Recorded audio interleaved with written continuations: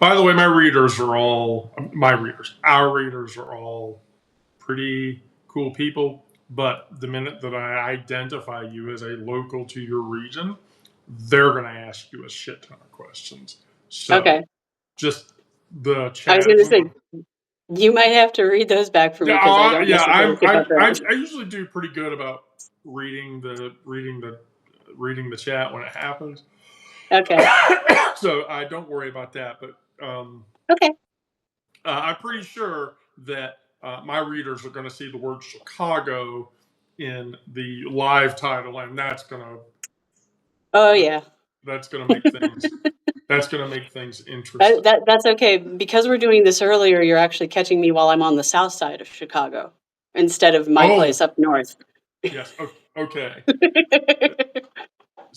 So that's perfect. Yeah. So can somebody do a sound check and confirm that they can hear me? Okay. You One, can. two, three, four. Yeah. Yeah. Yeah. You can hear me? Okay. Right. Oh, I can hear you just fine. Yeah. Okay. Okay. Perfect. Um, so all right. Good. So now I got my chat. Just fine. Yeah. Yay. Yay! They There we can go. hear us. Okay. Yeah. That's Julie. Love Julie. Julie is good people. Okay. So hello, everybody. Today on Wendy the Druid, I went a little earlier today for the first of today's two lives to talk to my friend Suzanne, who, by the way, is from Chicago. And things in Chicago right now are becoming very, very, very tense. Interesting. Yeah. Uh, so, uh, why don't you spend like 3 or 4 minutes and introduce yourself to everybody, and then we'll go Okay. into the questioning. Okay. So, hi, my name is Suzanne. I have lived in the city of Chicago since 1996. When I first moved here, I moved into the Rogers Park neighborhood. And then I purchased an apartment, a condo building, a one bedroom apartment in the Edgewater neighborhood just south of Rogers Park. In the like late 90s, yeah, the neighborhood was not that great. It was also, a depressed market because of the housing bubble bursting at the time. So I was fortunate that I was able to afford. My grandmother had put aside a little bit of money, and I was able to afford a down payment on a condo. And I've lived there since. I've been in the same place for over 25 years at this point. Um, I have walked through neighborhoods that some people are like, "Oh my gosh," but honestly, it's a matter of being aware of your surroundings and knowing where you're at. I moved to the city because I wanted to pursue theater. I got my Bachelor of Fine Arts in Music Theater Performance from Millikan University. And, because the arts don't come with health insurance, I've always had a day job. I started out working in temp agencies, and then I eventually moved into like administrative assistant work. I actually pursued that as well to improve my own knowledge and understanding of it. I joined a group called the International Association of Administrative Professionals. I took their study and training, and I got my Certified Administrative Professional certification with organizational management also. And then over the years, it's like I've done a lot with different storefront theater companies in Chicago. Started performing at Renaissance fairs. There's the one just north of here that's just across the border into Wisconsin, the Bristol Renaissance Fair. And that was the first place that I performed at a Ren Fair. And then I had met the person who I founded the first music group that I had, Sister Strange. She and I actually wound up auditioning together for that, and we got along really well. And I was with the group for like close to 15 years. Through a series of different events and things, I wound up having to step back from the group because I had had surgery on my sinuses. And at that time, I had actually just met somebody who is my soon to be ex husband. But we found that our sound, we blended very well together. So we started our own music group called The Courtesan and the Cabin Boy. My character is the Courtesan Belle Weathers, And I do a lot of musical comedy stuff. It's usually like rewriting lyrics to old folk songs and stuff. But um, he introduced me to fire performance. So I got involved with fire spinning, fire dancing, and we combined it into the show. I also became a organizer with the Full Moon Jam Foundation, which is a 501c3 flow arts organization here in the city of Chicago, helping to raise awareness of this. Some people might consider it circus arts, but it's more than that. And we offer like free safety trainings to anybody who wants to come in. It's a volunteer organization. Like tomorrow, we will have the last of the season's full moon jams at Palmasimo Park here on the south side, just a few blocks from where I'm at right now. My current performing partner, my third cabin boy, if you will, is the Red Lady Sophia. And she and I have several shows that we're going to be doing through the end of this year and more. So, I was rather taken aback when all of this started coming down about we need to send military into Chicago. Because my lived experience in this city, I was a victim of more crime before I moved to Chicago. I grew up 70 miles west of here in Rockford, Illinois. Rockford, Illinois has had per capita more crime than the majority of the nation. A lot of what I ran into there was, mostly people being, intimidating jerks, but it's like sexual assault, car broken into, actual threatened violence, and things like that.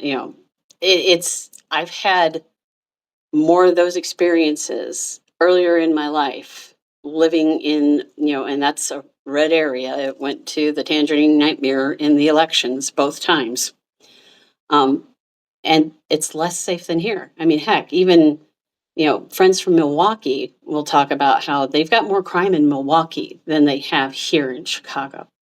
And there's a lot of like community development and things like that that have occurred here in the city. We acknowledge and appreciate the contributions that the immigrant community makes here. And so all of this, it's like what's beyond me right at this moment is the fact that we're already seeing the negative impact, as a country for all of the deportations and stuff like that. There are crops rotting in fields. There are people who can't get their restaurants staffed. It's like, where did you think these people who were willing to work for bare minimum wage came from? And they're paying taxes and they're not getting any services because they're not US citizens. And the fallacies that are being purported that nobody bothers to check or, wants to say, oh, no, they find a way around it. It's like, no. And now it's impacting the people who really were the bulk of the recipients of, Medicare, Medicaid, food stamps. It's like all of the poor white folk in all of the southern states are the primary users of these safety net programs. Because, heck, if you work at Walmart, you're going to be on food stamps because they don't pay you enough to live on. So it bothers me that I've got people from Podunk, wherever the heck, telling me, oh, your city's so crime riddled. I'm like, have you ever walked my streets? So I put together a video on TikTok that was just a generic day in the life of, a person who lives in Chicago. And yeah, it's up on TikTok.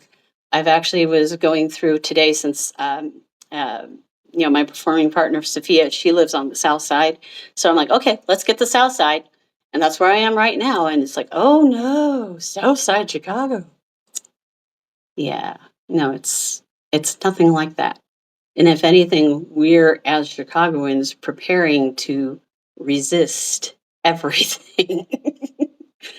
So all the fun stuff going on right now. So that's the first thing that I wanted to ask is in our pre warm up, you indicated you're not actually at home, that you are actually in another locale of the city. Can you say where that is safely? I mean, Yeah. Yeah. No, it's like we're like down near Sox Park, where it's like we're west of Sox Park, south of Chinatown. It's in the Bridgeport neighborhood, okay, and the so Bridgeport. yeah, okay, so Yeah. Bridgeport, perfect. Yeah. So none of the news agencies are really talking about it at all.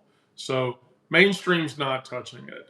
There's been the Hill has done a minor amount of reporting about the brine truck issue, but CNN's not touching it. Fox News is definitely not touching it. And most of the other news agencies aren't touching it either. Mother Jones has an article out there about what's going on. Um, and, I was sort of like, okay, but still, like, nobody's talking about it. And so then two of my other sources popped up and said, by the way, there are military trucks that are moving into the city. And I went, okay, I need to confirm what's going on. And they were like, Hmm. your TikTok video or whatever. And so now I want to be clear. Let me preface all that. I was scrolling through TikTok and I found your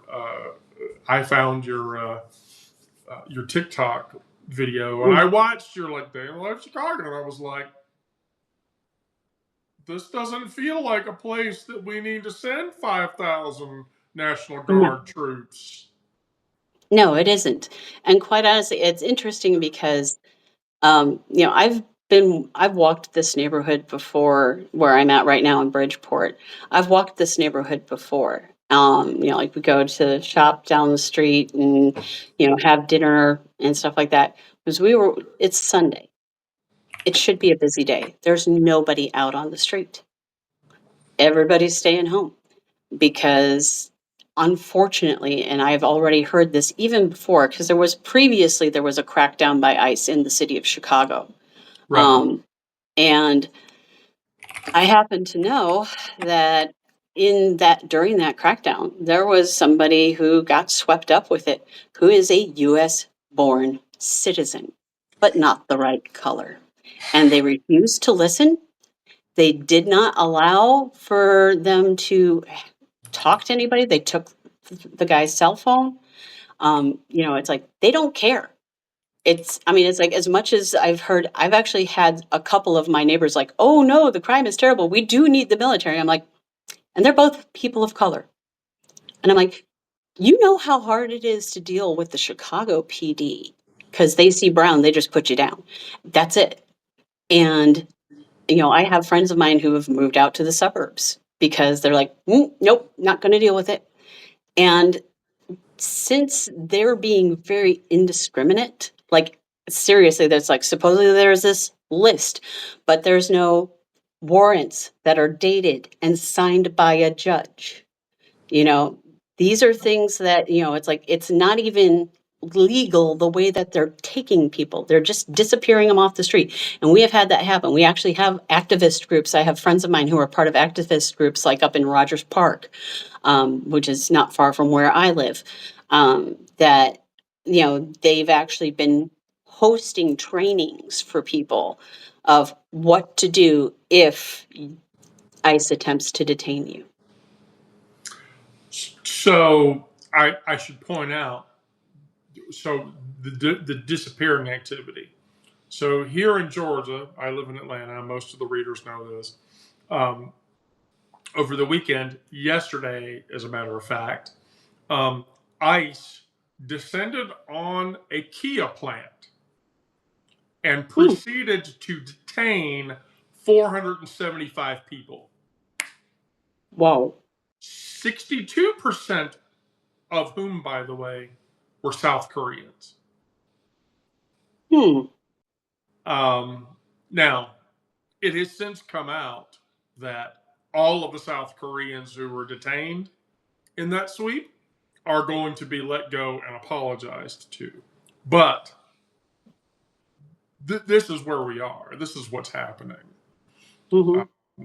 And by the way, I want to state here in Georgia, that makes for the largest detainment of illegals in one sweep that has happened ever. Now, I also want to tell you that there is a co-author on our publication, the other Wendy Parker, who was visited by the Secret Service. Went up to her house, knocked on the door. We'd like to ask you a few questions. And Wendy Parker was like, no.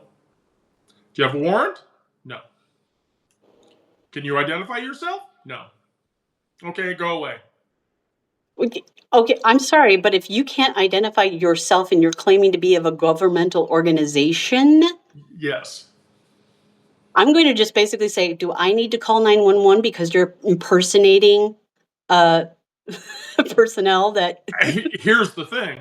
Here's what made it even more scary was there were two Dayton, she lives in Ohio.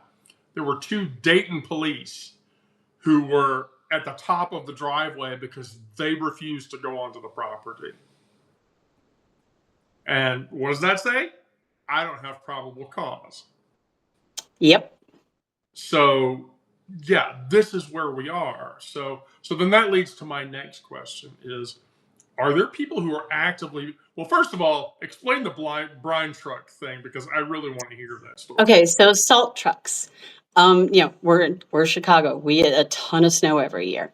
The city has its own fleet of salt trucks, and they were deployed like Friday.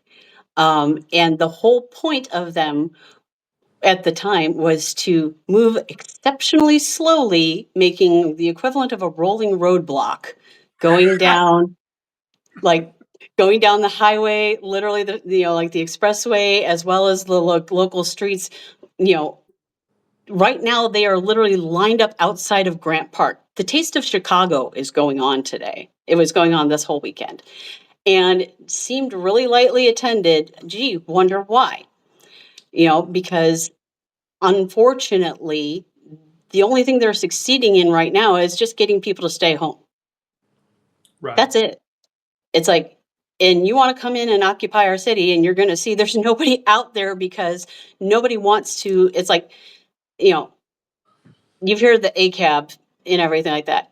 Yeah, we definitely have problems with our policing here in the city when it comes to racial profiling. Right. I can tell you a firsthand story. It's like I was, married once before, and I was married to a Pakistani man. He drove cab. I was at work. I was sick. I actually worked for a physician at the time. They wrote me a script for an antibiotic so that I could go home and get better. And we stopped at the Walgreens, like right at Michigan and Chicago Avenue there. It's like the oldest Walgreens in the city even. And I was getting my script so that we could go home. And as I came back out to the car, the officer who had been kind of helping direct traffic in the intersection there had started walking over to my husband's cab, and it was like, hey, you can't sit there. And I saw him talking with the officer. I'm just waiting for my wife. And he's like, I don't care who you're waiting for, you need to move, you need blah, blah, blah. And it's like I walk up to the cab, and I'm just looking at the officer like, why is he being so just straight up rude with him at this point? And I look at them, and he looks at me, and I go, he's like, well, what are you looking at? I'm like, I'm his wife. And the officer's attitude changed dramatically. It was like, oh crap, here is a white person who can testify to the fact that I'm harassing him. Oh, well, you can't park here. And he walks away. And I'm like, and I've seen stuff like that. It's like, because I have, friends, chosen family that are every color of the rainbow. Okay. And are part of the rainbow, much like myself. And it's beyond me how it is that when me, a cis het presenting white female, comes into the picture, all of a sudden everybody else's attitude changes as far as how they're treating the people who are considered minority. Right. And it pisses me off to no end. Sure. As it It's would like, any normal individual. yeah, and it's like, and I'm like, I don't get how it is that you can treat anybody. It's like that's the reason why for me, I will definitely speak out about any kind of, prejudice that I see. Um, it's like I've experienced it most of my life. It's like when I was a little kid, I was skinny as a rail, and then once puberty hit, I got a lot bigger.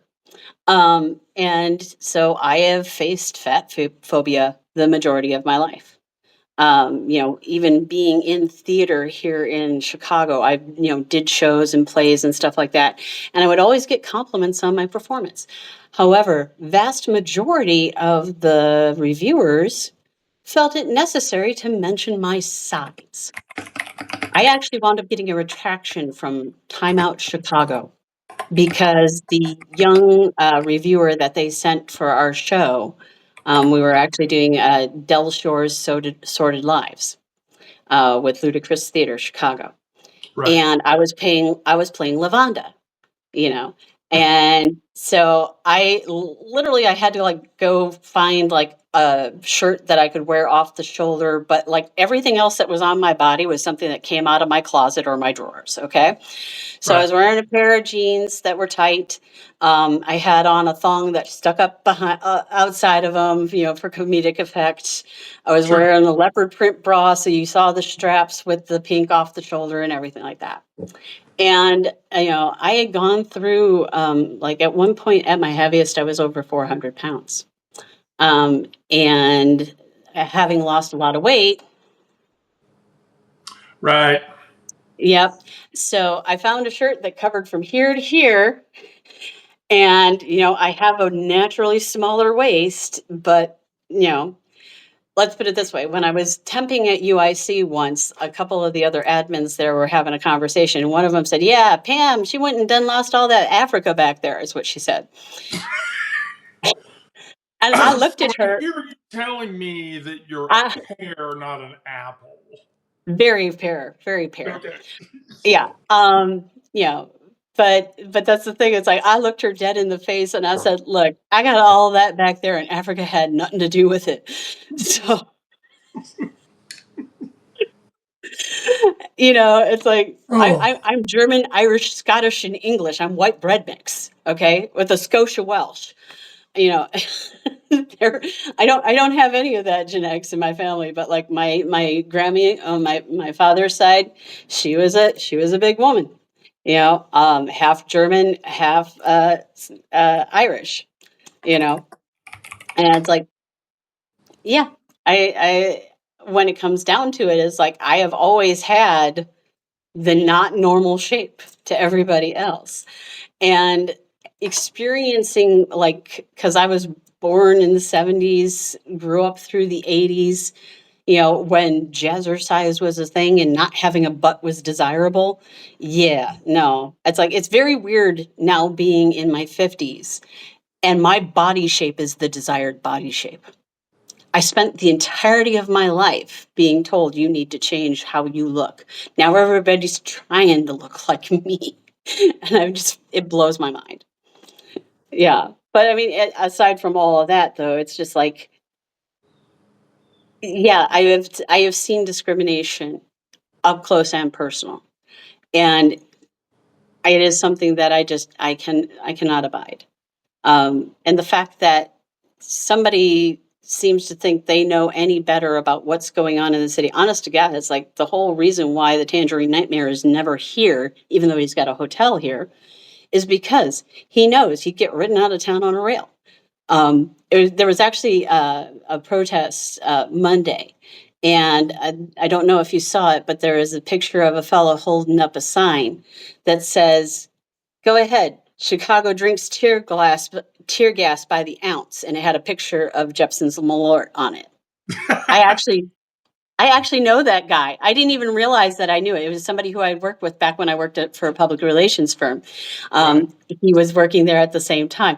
I didn't even realize that I knew this guy. Like at one point, he had invited us over to his house because his wife's from Brazil, and they were having a spirits tasting that was spirits specific to Brazil that I'd never tried before. I was like, oh, okay, cool. So we went and hung out, and I learned some things. But yeah, it's like for people who don't know what Malort is, there's a lot of jokes around that.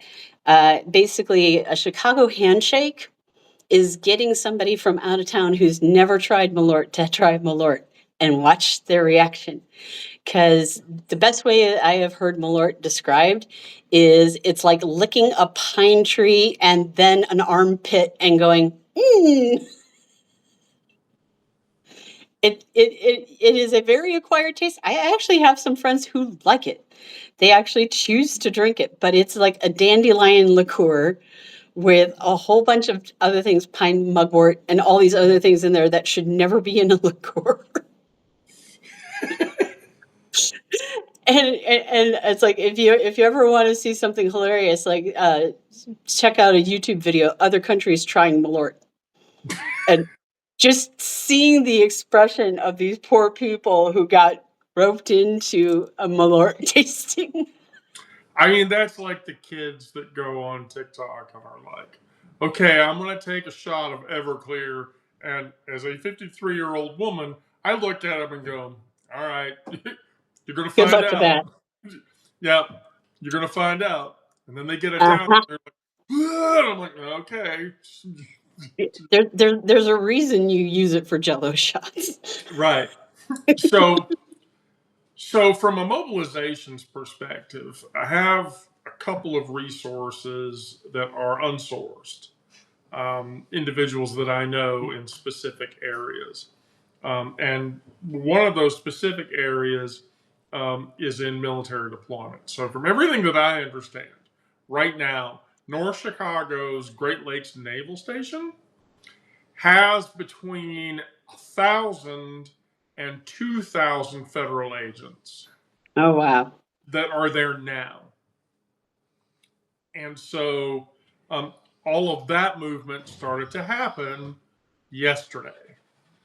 So when I got that notification, I was like, okay, I'm going to sit on this for a little bit before I start talking about it because I want to see what's going to happen. So when the video started to fill in of military hardware riding around in the streets of Chicago, that's when I was like, okay, now we're talking about something a little more intense. Now, on top of that, too, I'm an ice block user. So I went onto ice block and I put ice block like literally over just that the downtown Chicago block. Basically like 50 Old Town to the lake and then down to 55, just that block. And yesterday there were 300 ICE sightings. And that was a little alarming.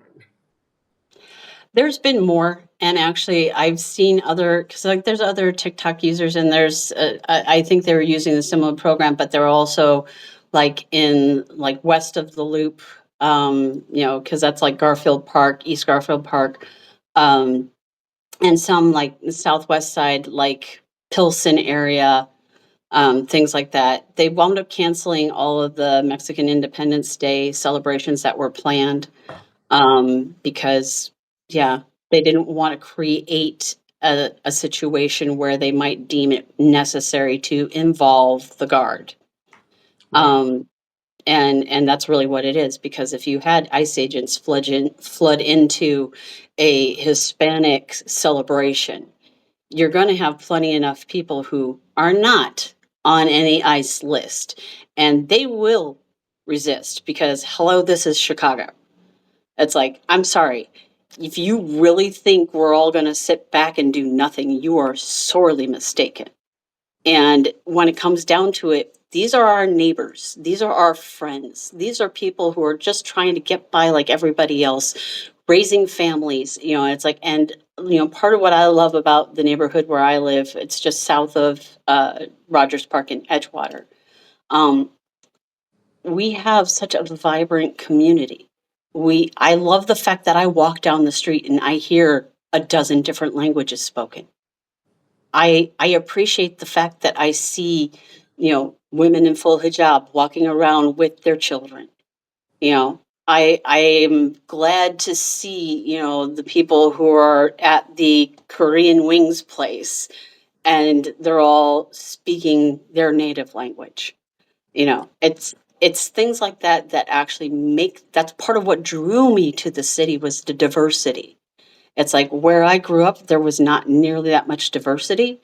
And quite honestly, oh my God, I cannot even believe for a second that there are people who would choose such a boring, homogenous life for themselves when there's so much more. And it's beautiful. And people don't understand that other is not a scary thing, other is an opportunity. And that's why anytime we have the othering behaviors of people pushing fear, then it's like, okay, you really don't understand that diversity is actually the strength, right?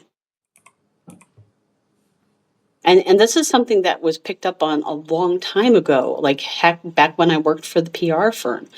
You know, diversity was strength, and they knew it because when you get more perspectives, it's easier to influence your audience and have more potential buyers. It's like public relations. This is what they do.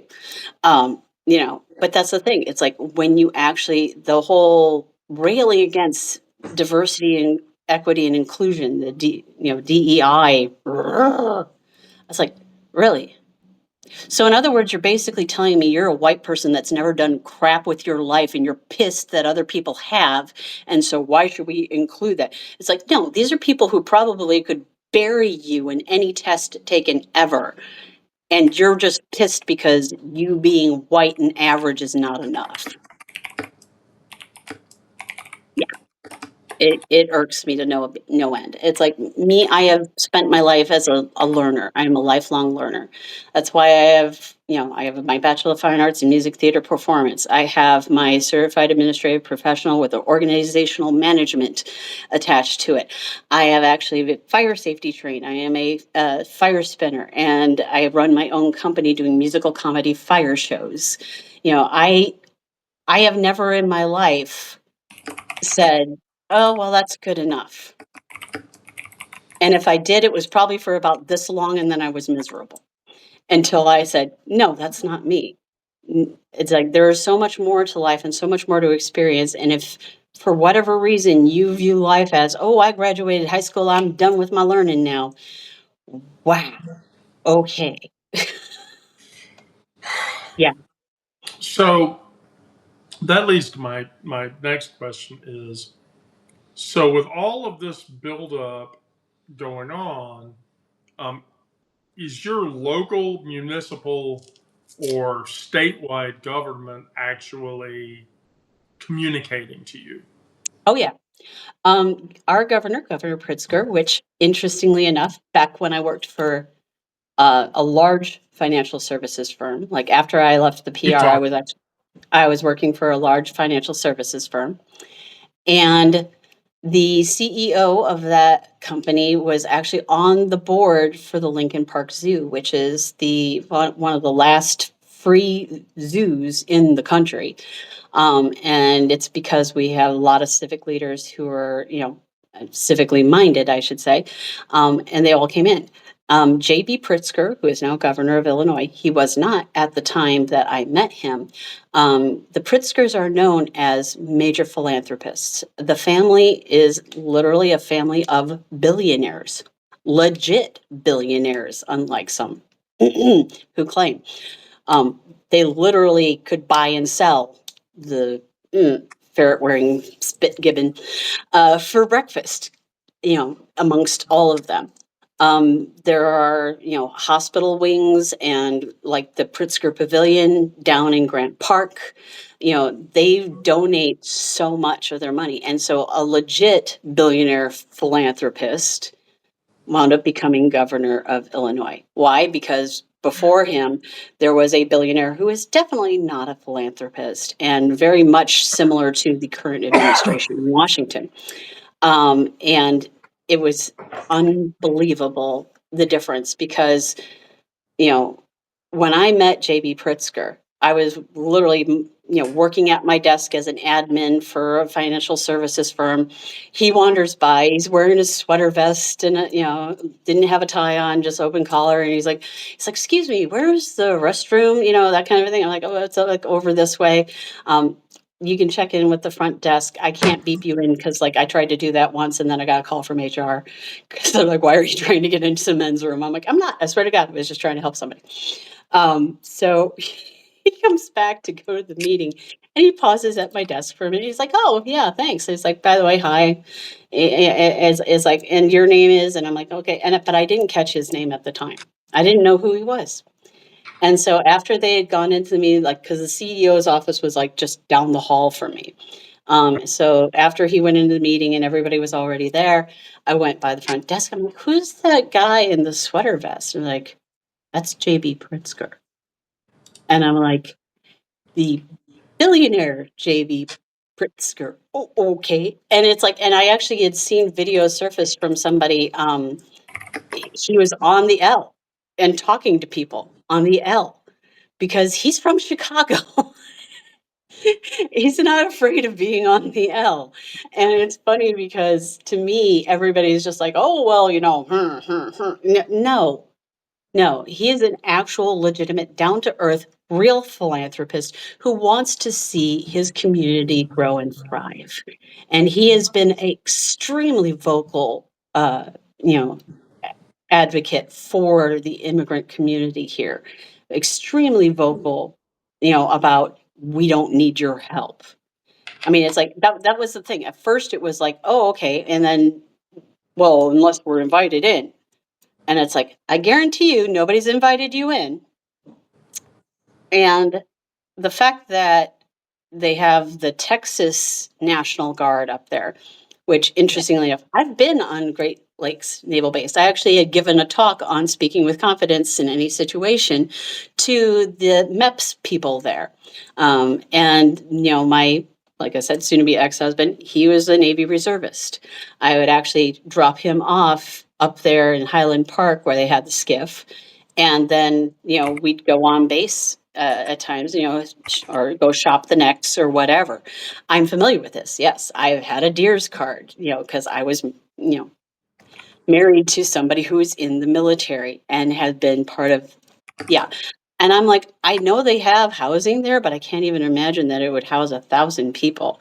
They do have the barracks though for where they do the trainings. Because if you're in the Navy and you like first join up, Great Lakes is usually where you go for your boot camp. And they have rows and rows and rows of barracks there. So I'm like, well, if they got the Texas National Guard taking it all up, then what are they doing for the Navy recruits? Where are they staying? Because, yeah, they have classes come through all the time for that. And it's like, it's very disappointing to me that so many people across the country make assumptions, take somebody else's word for gospel, and don't even bother to look or understand for themselves. And it's kind of like people are like, oh yeah, DC, these cleanups. It's like, have you heard any of the stories from the people who are actually living in DC? So that's actually a very interesting point. My sister lives in Rockville, Maryland, which is Okay, that's pretty like close. Rockville, Bethesda. That's pretty much suburban DC or whatever. And so Yeah. when I talked to her about the DC issue, like the DC issue was happening, she was like, you know, okay. Um, it's been years since the caught Marion Barry smoking crack on a video in a hotel room with a prostitute. And Yeah. even then, the crime in DC was not that bad. Mm-hmm. Yeah. So, versus like, and I'm going to make a euphemism here, I think Chicago has gone many a step far ahead of the gangsters from the 20s, 30s, and 40s that were killing each other in mafia wars. And maybe Trump is so brain addled that that's what he thinks is happening now. I mean, you're also talking about things like back in the 90s. And here's a little anecdote for you. I was actually, once upon a time, engaged to a fellow who is actually indigenous from Canada, Mohawk tribe. And he had come down to visit me, meet my family, etc. And we decided, okay, we're going to just take a drive into Chicago because we were going to be going, you know, back up that way eventually. But so we're driving into Chicago. And the thing is, at that time, the one place I knew that as a lily white girl, I should never be in Chicago is Cabrini Green. Guess what he drove us right through at night. At night. But the funny thing is that it's like, and it wasn't until like we were like, I'm like going, where are we? Because it's like we're like at Larrabee and Division, and then I look over and I see the sign that says Cabrini Greenhouse. I'm like going, you're gonna get me killed. I mean, it's like he's not lily white, I am, you know. It's like, and quite honestly, with his, him in particular, he probably would pass more for Hispanic at the time. But even still, I was just like, oh yeah, the place where the old movie, The Candyman, was shot. Yeah, that was Cabrini Green. And yeah, it was like that. But they've long since, like it's been probably 25 years since they tore down those projects. They built mixed income housing. The place where the most notorious part of it was, in Division and Larrabee, there's now just a green open field there, and it is like definitely a bustling neighborhood now because the city has always done what it can to try and fix the problems that it has. We don't want help from anybody else. We don't need help from anybody else. And the people who are actually in the city who say that are people who have had the unfortunate incidents of coming across something. And it's something I said in my video is that, it's like, look, it's like, does it happen? Yeah. Is it everywhere? No. It's like I've been seeing a fellow who he lives down like 89th Street. He's like way south side. And we were talking about this just the other day when I was telling him, by the way, I'm going to be interviewed. And, saying that it's literally like 2 or 3 neighborhoods. And, when I say neighborhoods, there's like 50 different neighborhoods within the city limits of Chicago. It's like 2 or 3 neighborhoods, and yeah, there are people from those neighborhoods who travel outside that neighborhood to start trouble somewhere else. But as far as the day-to-day average in Chicago, it's not that bad. It's like, yeah, you'll still have gangbangers here or there, but they're more interested in their rival gangs as opposed to anything else. And again, those tend to be concentrated to the couple of neighborhoods. It's like me here in Bridgeport. It's like, yeah, I'm sure there's, some gang members that live around here, but it's not like I have to worry for my life walking out into the street. I will own up. I have a concealed carry license. I am a gun owner. I did not get that until the first time that idiot in office got elected. You know why? Because I never carried it in the city. I always carried it when we were going to perform because, my husband is Filipino. He's not white. We're performing in red counties. We've had it happen where we were on our way to do a show in Peoria, and we stopped at a truck stop just to grab some food because, like, he picked me up after work. We're heading down there. The next day we've got a show, and we walk into the restaurant, and it was the record scratch moment. Everybody in there was lily white like me, and they see this, brown fella in a kilt with a white woman, and all of a sudden it's just like, so he starts going on. He's like, hey, do you guys have a military discount? Hello, do you have because he was Navy Reserve. He's in the military. That's like literally his only saving grace. And then they all kind of like went, okay. All right. So, Lisa, which locale are you in, if you don't mind sharing? Oh yeah, sure. I'm on the northwest side of Chicago, so I'm in Lincoln Park a lot, downtown a lot, Lakeview. You're familiar. First, hi Suzanne. So you're a Hi. singer. You're a singer as well. Because I was Yes. looking at your bio. I'm sorry, Wendy. Just real quick, just for like a little uh, I'm not going to go off too much on a tangent. I know that I have to look at your website because I'm really interested in the Full Moon. Is it a drumming The circle? Full Moon Somebody, Jam. Yeah. yeah. So I got it. And Full Moon actually Jam. we have our last official jam of the season tomorrow night in Palmastino Park. It's in Bridgeport, South Oh, yeah. You're Halsted. in Bridgeport. Yeah. Yeah. Okay. Yeah. Nice. And that's And where I happen to be at Bridgeport right now. But I live in Edgewater. oh, okay. So you're like way more north. Oh, okay. Well, I Yeah. mean from Bridgeport, but Yeah. and also I just read your bio real quick. You were in Earn because I'm also progressive No, metal my and performing partner was in Earn. oh, okay. So you have ties, yeah. So sorry, Yes. I don't want to. Me and Wendy and I also bonded over the metal, and I was really impressed and very happy that Wendy knows the metal. Yes. So okay. So before we go on this whole tangent, because that could be like 5 hours, but um, yeah, exactly. But in terms of Chicago, I totally agree with you what you're talking about the crime. Now, I grew up here, was born and raised here. You were talking about the 90s. And I remember because I went through Chicago public schools, I knew people from all different types of neighborhoods, especially then, not so much now. As you get older, you start to, you know what I mean? You're not like as plugged in. You But localize, yeah. yes, but as a child, like in high school and stuff like Yeah. that. And Yeah. I knew a lot of kids that I went to school with that were from those neighborhoods and they were bused into school and stuff. So I would hear like direct accounts from them even like what their neighborhoods were like and all of those things. And yes, there are some you already know like the west side of Chicago, Austin neighborhood, like there's many neighborhoods where it's not good. You definitely would not want to go there. In terms of crime everywhere else, like I mentioned, Lincoln Park, anywhere like in the city, whenever there's an uptick in crime, it's always an economic downturn. The same thing Yeah. happened in the 90s. And Yeah. when Trump was there the first time, I directly correlate that with the shenanigans that were going on with COVID and everything. Of course, then there was an uptick in crime, the carjackings. Like I don't downplay. I mean, yes, there are things you do kind of have to have your head on a swivel Yeah. here. I mean, Yeah. that's just the way it is.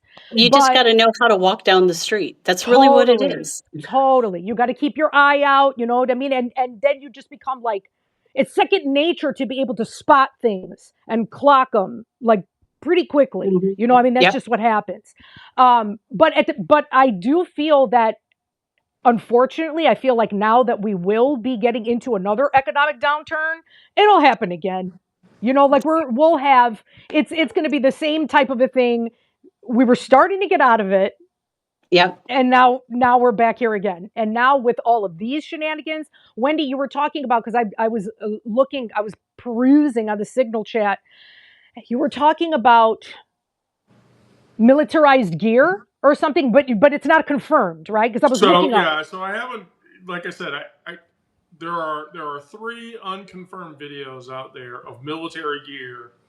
Now, what I have confirmed is the Great Lakes Naval Yes, Air Base. that's true. Great Lakes Naval Base has between 1,000 and 2,000 federal agents that are there now, with the intent to very likely mobilize them tomorrow. Oh my God. So when I saw people posting videos of heavy grade military gear driving through downtown Chicago, I went, okay, I was going to interview Suzanne.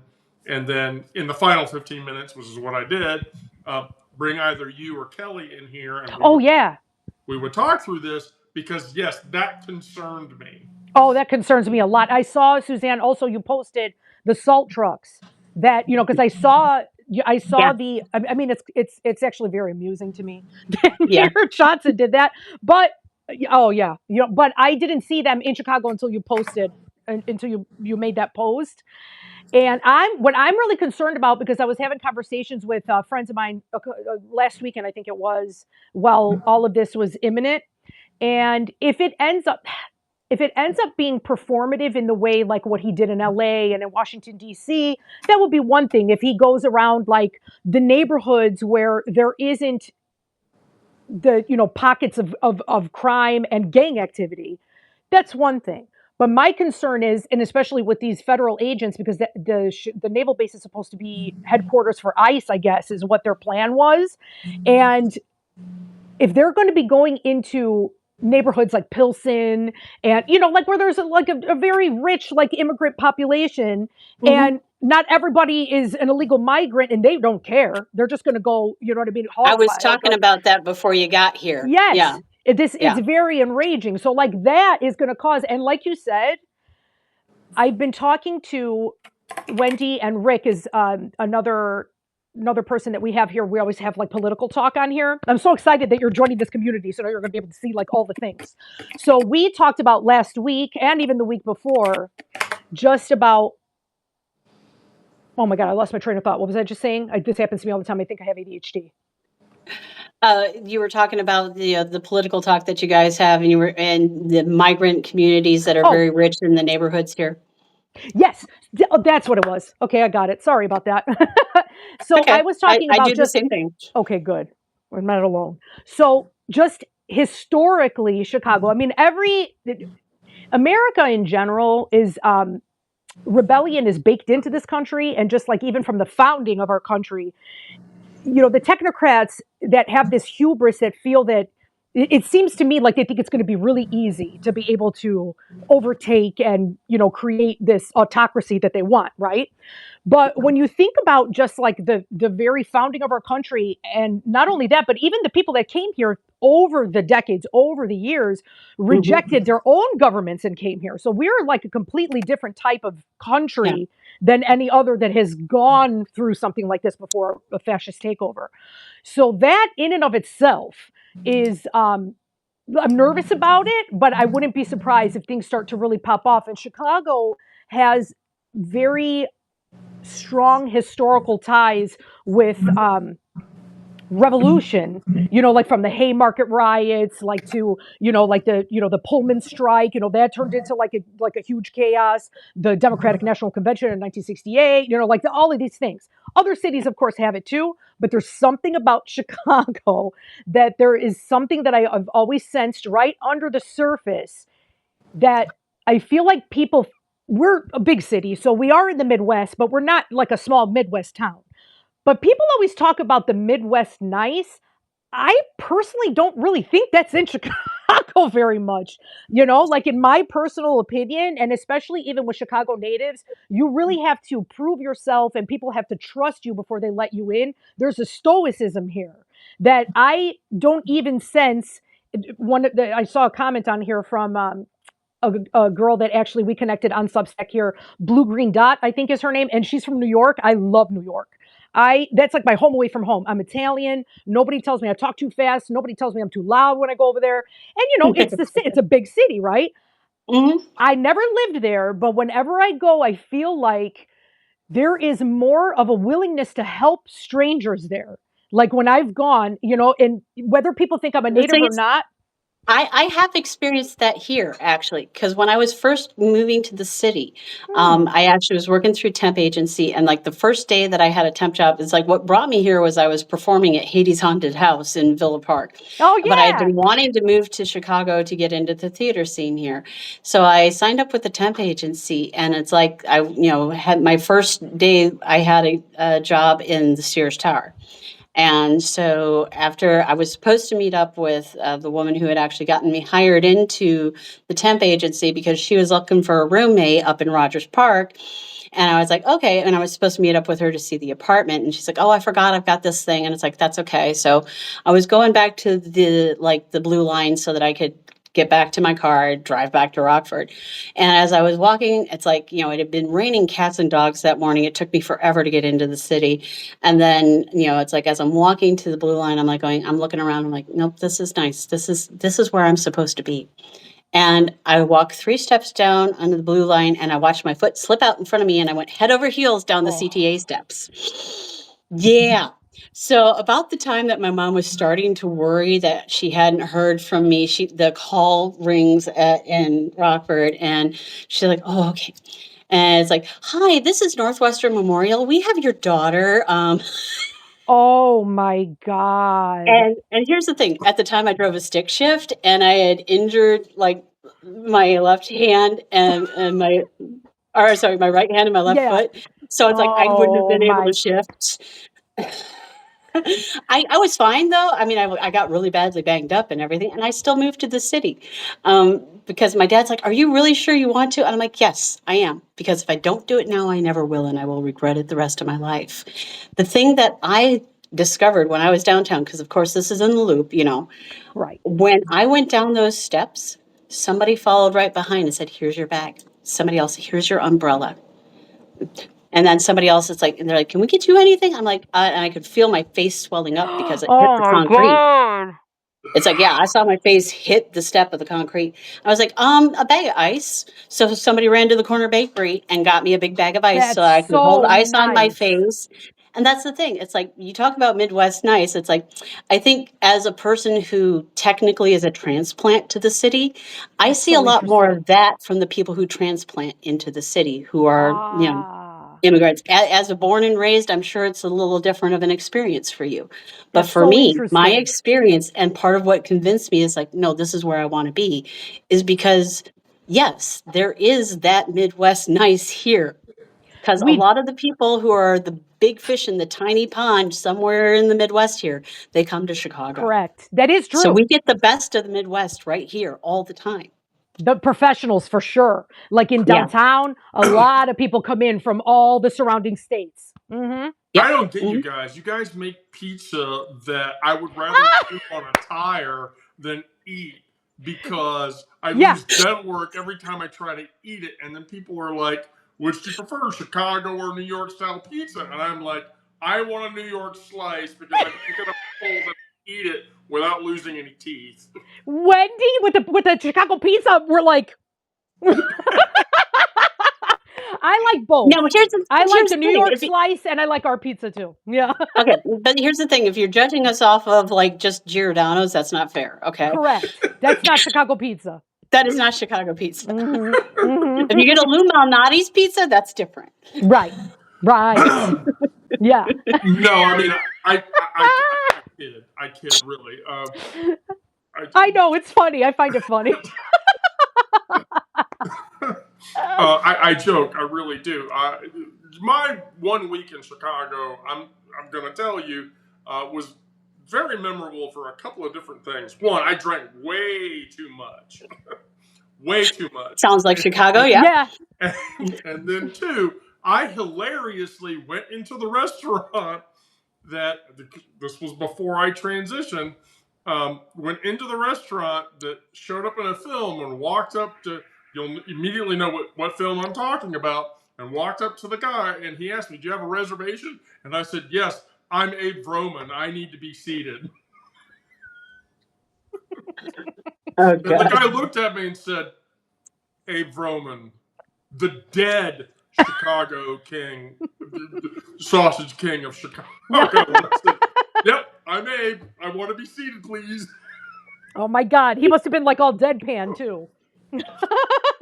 Because, yeah, a major portion of Ferris Bueller's Day Off was filmed in Chicago. Yes. Yes, Yeah. it was. So- Yeah. So, Yeah. And in the northern suburbs. Winnetka, Yeah. possibly. Someplace up there. yeah. But Winnetka. yeah. But yeah, so that's, you getting back to a more serious note. Oh my God, tomorrow, Jesus, it's like now we all have to go to work. Hmm. So here's the thing Could about be any tomorrow. day though.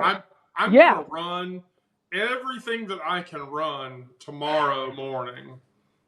Once I get up and I have a sense for what's going on, I can guarantee you tomorrow's geopolitical is going to be entirely focused on what's going on in your local environment. And here's what I will do. I'm going to stand up a long form. I'm going to stand up a short form. And then I'm going to start the Wendy the Druid chat. So if anything happens, Yes. and either of you experience it, spam the shit out of it there. so that I can byline that into a flow of information to everyone. Okay. Yeah. So to give you a little background here, Wendy. So I actually, where I work right now, I actually work right near Water Tower, and I've been with it's basically a boutique financial services firm, and I have been working there since 2018, which means in the 2020 riots, as soon as lockdown was over, we were back in the office because financial services is considered, necessary. And for me, when we were going through all of that stuff with the looting and everything and the riots that were occurring, I at one point literally had to show my work ID to an officer so that I could get onto Michigan Avenue to get to my office. I've been through this before. This is not my first rodeo when you're talking about the potential of restricting movements of the average citizenry for whatever purpose of protecting us from stuff. I can tell you that, north at Michigan Avenue, the face of North Michigan Avenue there has changed dramatically because a lot of people in the Gold Coast, experienced white flight. Yeah. Because they, it's like basically what it is that the people who were in the neighborhoods that were most dramatically affected, they came into downtown. But, and I'm sure you can attest to this too, there were also a bunch of instigators from outside of Chicago that kept trying to Yes. pile into the city That's and right. cause more problems and instigate and try and get the local populace to actually do things that That's were right. illegal. Yeah, and it's like, I mean, I'm sorry, but, when I'm going through Uptown and I see in construction orange spray paint, F the police on a bus shelter, I'm like, nobody in the local neighborhood's doing that. Right. Exactly. That's what I That's thought too. Yeah, and it's like, no, it's not any locals whatsoever. You see, I'm sorry, I'm gonna be kind of mean here, but you see Billy Joe Bob getting out of a pickup truck that doesn't have an Illinois plate. Yeah. Yeah. And all of a sudden, like, "Argh!" It's like, the fact that they were able to, like, there were times where, like, there was video of, like, this guy wearing a hoodie all together, Yes. breaking a window. Yes. Turns out he was an off-duty officer, Unbelievable. Yeah, he was and they were going around. He trying had to like an make umbrella or something, and he was like yeah, smashing. Yeah. yeah, and that wasn't anybody in the neighborhood trying to cause problems. It's like they're like, oh well, if I break this window, then everybody will just go loot the store. That was the logic. And it's like, there was footage out there of CPD dropping off a pallet of bricks in the middle Right. of the street. That's right. I'm like, excuse me. First of all, those bricks are a little too pretty. Somebody's going to take those and make something with it. Yeah, I know, Nobody's going to right? bust the window You're with like, that. They're like, oh, good, free landscaping. Let's go. yeah. Wow. See, and that's another thing that's concerning here is because of what happened in LA. I mean, the mere presence and the crackdown that they did is what caused the unrest that happened within the few city blocks around there in the first place. Mhm. They're the ones who instigated that whole thing with the Home Depot chases and all that stuff. Yeah. Yeah. And it's beyond me how it is that, I mean, it's like, yeah, I get it. Bad things happen. And yes, there Right. is crime. Yes, there are issues. However, it can happen literally anywhere. Yes. And not only that, this is the thing that really makes me angry because when I always say, like, yes, of course, like we have crime here, like I mentioned New York, big cities like that, of course. But at the same time, the underlying issues are like never addressed. It's almost like they want to keep it perpetuated that way for that certain class of people to remain in these dire straits, right? Yeah. I was just listening to Mayor Johnson, and Pritzker was just saying this in an interview. Somebody interviewed him. He was in Berwyn the other day, but Mayor Johnson was had an interview with Roland Martin. I don't know if you guys are familiar with him. He does. Yeah. He used to be. Yeah, I love him. I watch him all the time, and he's on Black Star Network now. Used to be on CNN, but now he has his own independent media. But he was interviewing Mayor Johnson, and he was talking about how the programs which are supposed to help to enrich the communities and to give them different alternatives away from a life of crime, like going back to school and stuff like that. And Mayor Johnson They just all said get that this defunded. last year, yeah, exactly. This last year, it was the highest enrollment in community college for young Black men. So and it's like all of these things have to happen in tandem. I mean, obviously there is, that's why I feel like the defunding the police was an unfortunate moniker, because it was like, it's supposed to be like a microcosm. Obviously, if there is actual crime happening, you don't just let those people dance on your head. Obviously, you got to, go after legitimate criminals, but that's not what's happening here. Yeah. Like that's the issue. And then also you're not addressing the underlying issues of why these families became like this. And it's not going to take 2 months to fix it. It's like all of these things have to happen at the same time, Right. So that's why Mayor Johnson, when he was just talking about that, and he was reporting on the programs and the detectives of solving the crimes, that a lot of cold cases were, like not being solved. That was another tier that he was addressing as well. So yeah, so that is the thing that really drives me crazy, is that you keep hearing over and over from people like, well, why are they still operating this way in these neighborhoods? I'm like, are you kidding me? Now, here's the fun part. Okay, so what people don't realize is that even still, crime has been at a historic low in the city anyway. Yes. And it's things like they started doing community gardens so that the Right. food deserts are not a Right. thing, and you can actually get fresh fruits and vegetables That's part of it too. into the lower income communities.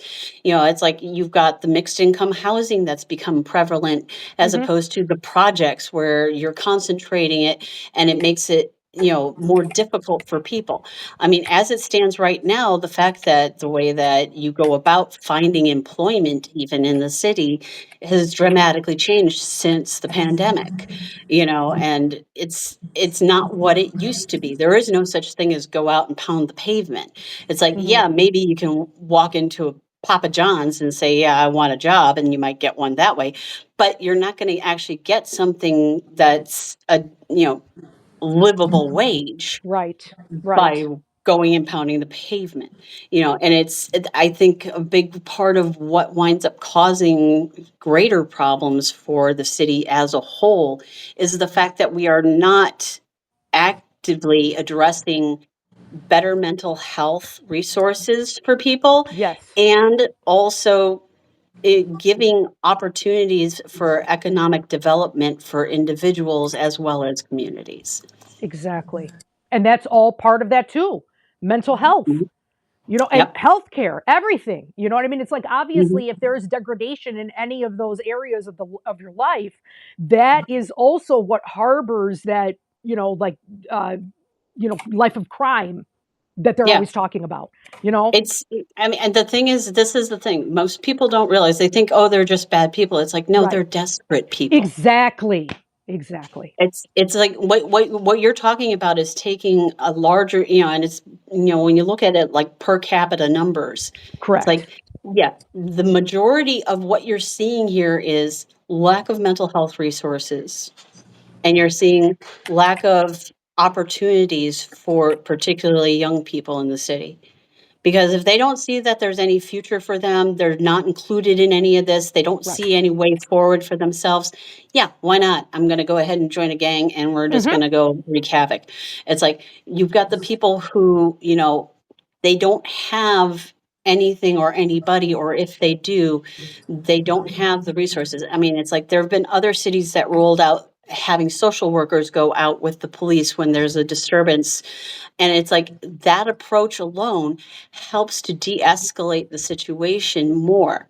And when it comes down to it, the fact that we aren't trying to access proper mental health care for the people who, it's like, I do know there are people who go out and talk to different folks who are homeless.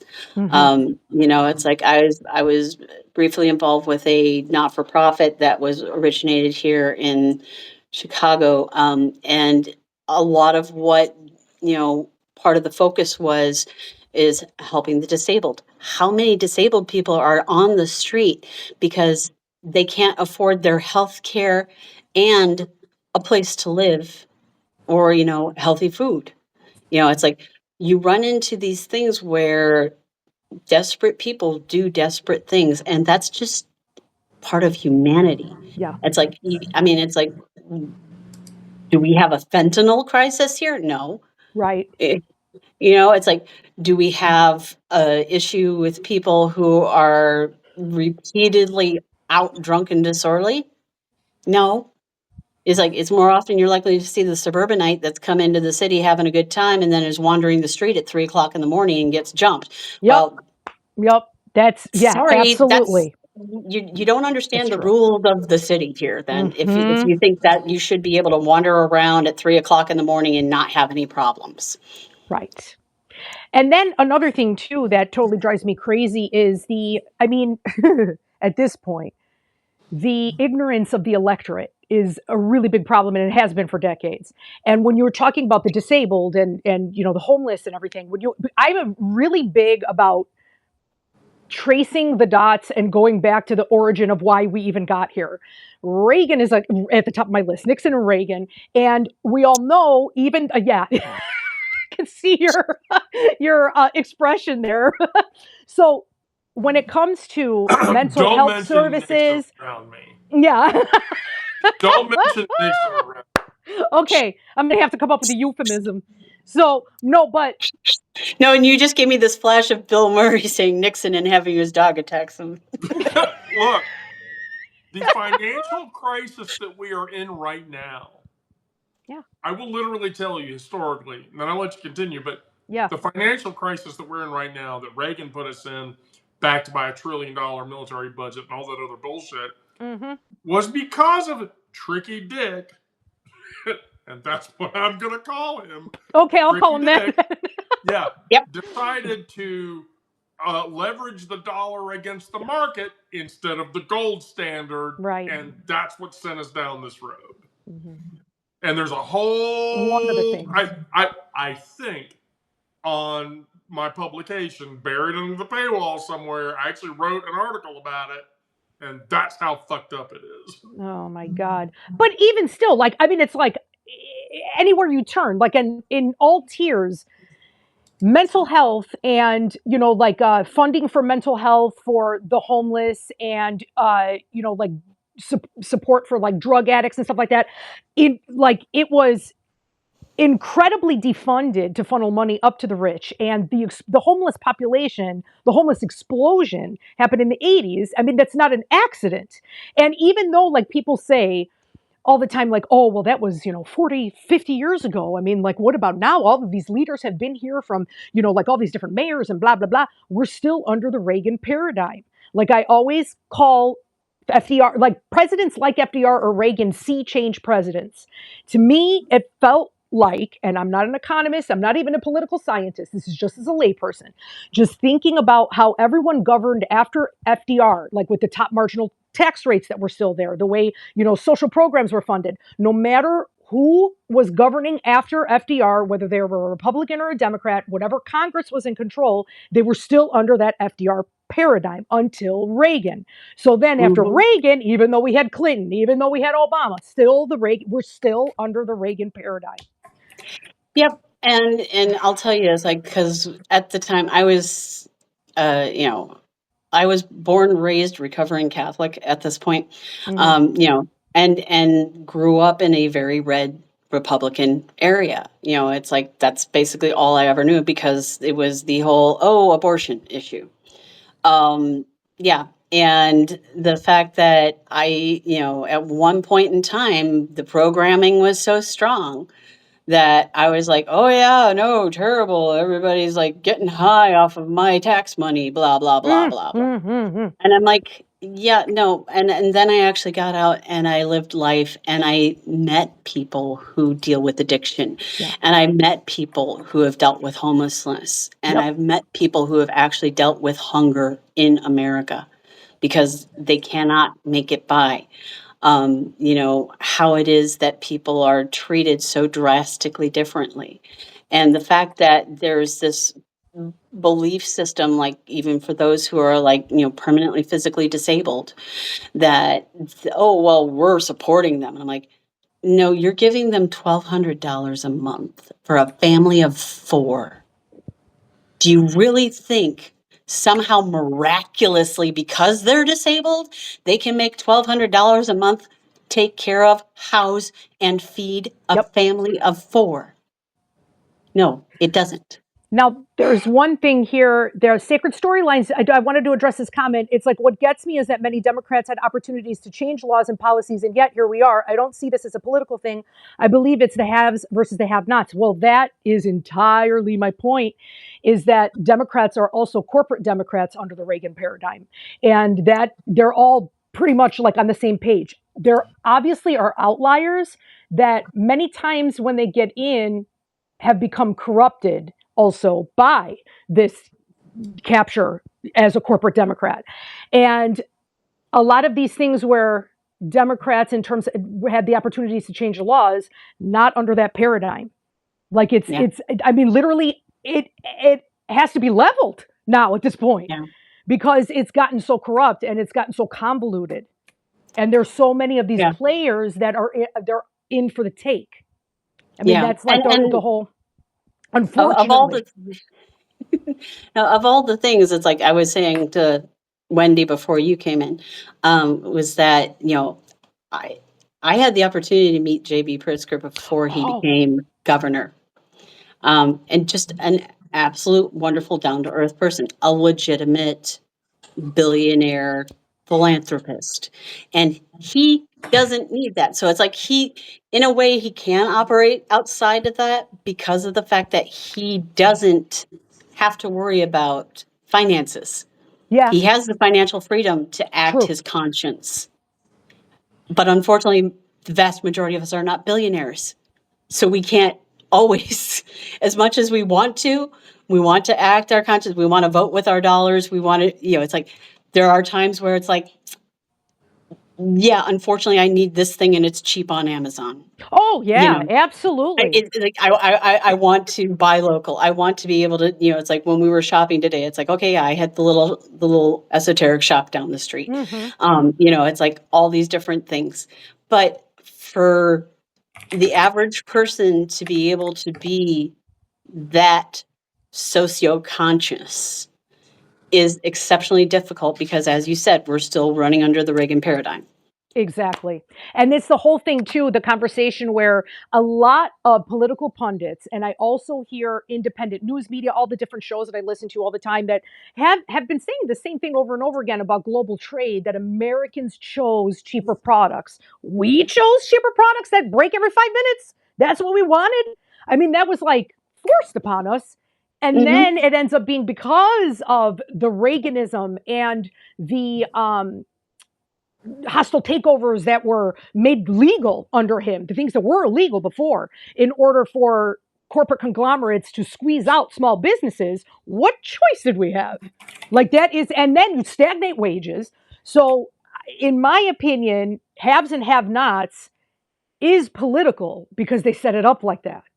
And they become the haves and the two tiers that they want. They want to make it even worse. They want to make it back to 1890s Gilded Age.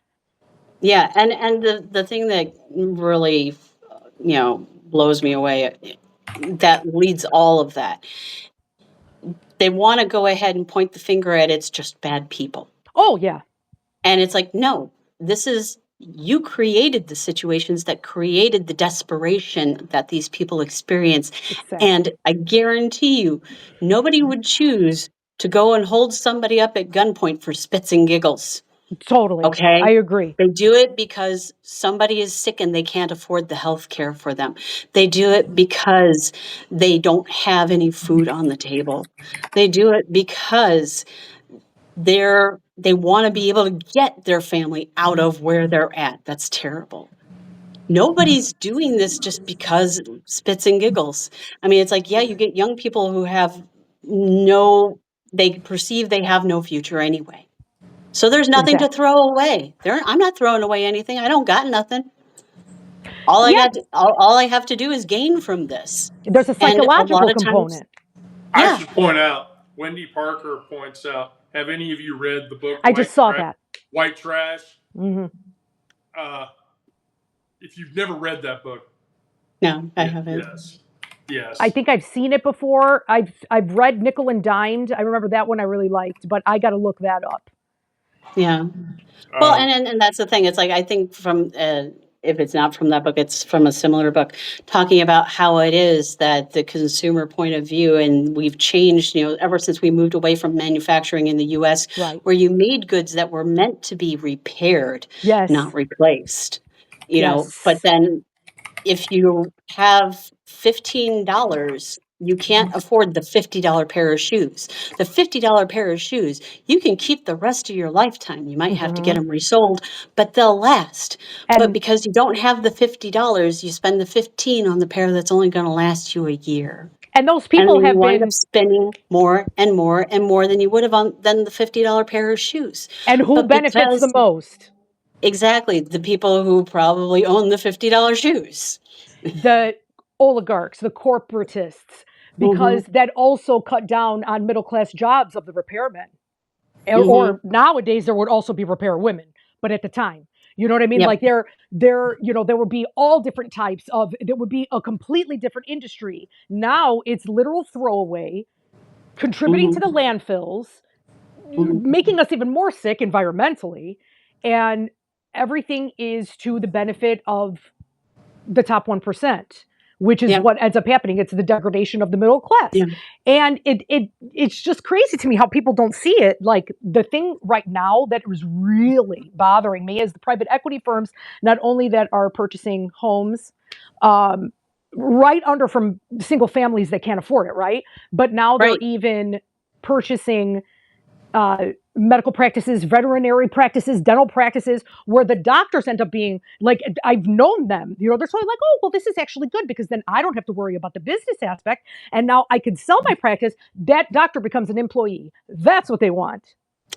Well, interestingly enough, I can speak to that point. It's not even just about that. There's a reason why doctors move from individual practice into like these larger medical groups, like say Mm, with the Northwestern, all of the doctors are employed by Northwestern. They don't have individual practices. I actually worked for a single physician OBGYN practice when I moved to the city. It was like my first full-time job after having worked a bunch of temp stuff. And the medical malpractice cost for an individual physician became ridiculous. You couldn't mm, afford it. So all of the doctors wound up moving underneath these medical groups so that they have a shared medical mm, malpractice that they have. Now, the fact that they're under a group, that group can be bought and sold. And that's what you're talking about. So what really started it in the first place was the astronomical mm. cost for medical malpractice insurance started driving the doctors into the practice groups. And now that's what the private equities are leveraging.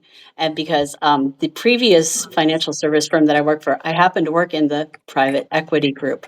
I actually was working for the greedy bankers, but they weren't. They were actually all very nice people. It's just that, they're the ones who wined and dined everybody so that we could go ahead. And it's like they weren't part of like the angel investor aspect of it. They were more of the, okay, mom and pop have gotten big enough that they can actually grow.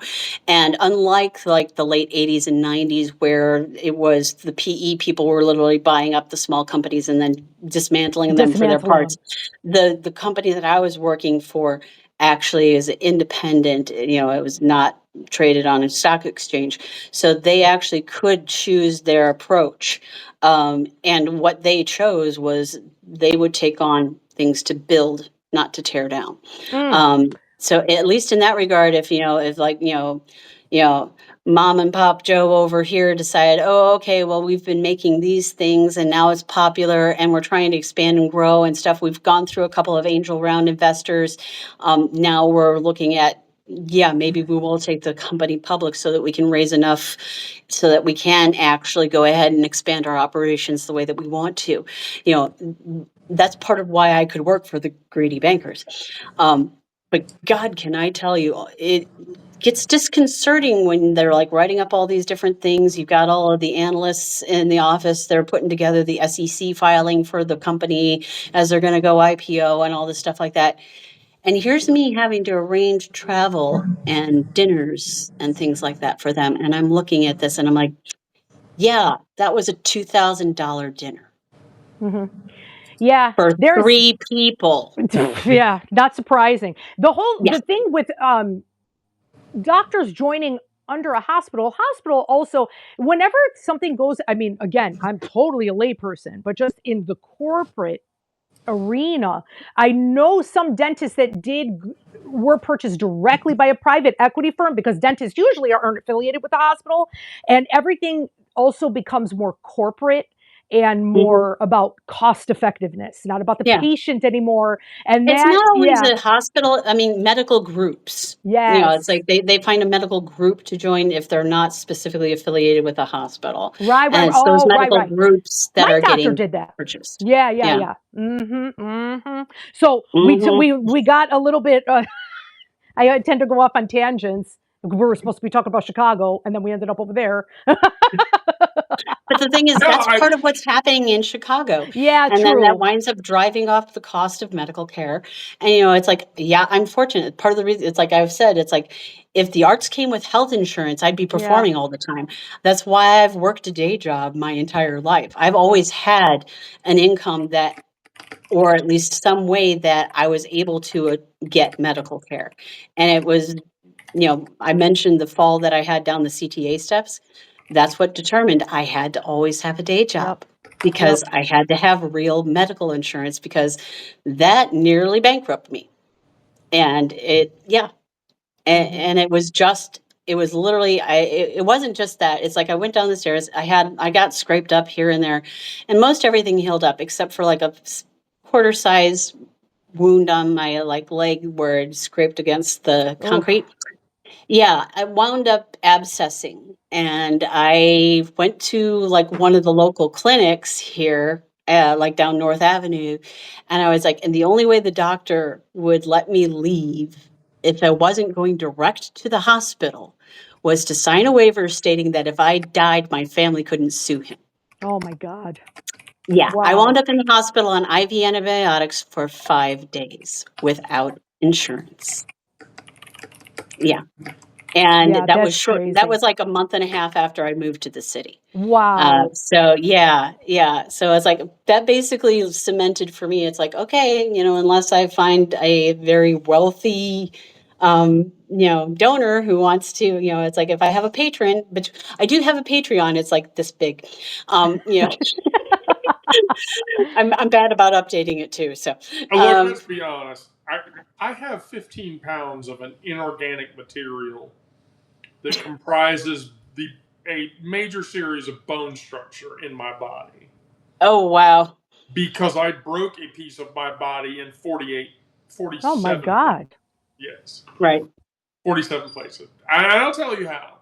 My right foot went 180 degrees all the way around. My Oh, knee went 45 that way and then 45 that way. And then my hip was oh, totally taken Uh-uh. out. Oh And my I God. spent months in traction.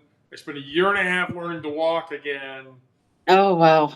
And so, yeah, I'm a complicated individual.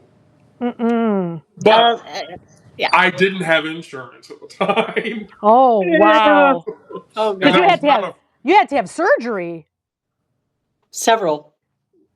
yeah, it had several surgeries. I Oh spent my months in God. traction. Um, and then here's the thing. I remember when they dragged me into the hospital. I remember the doctor like talking, and he was like doing this, and then he was doing this. And I would tell you that if I could go back in time, I would tell him to do this. Yeah. Oh my Yeah, God. do this. Yeah.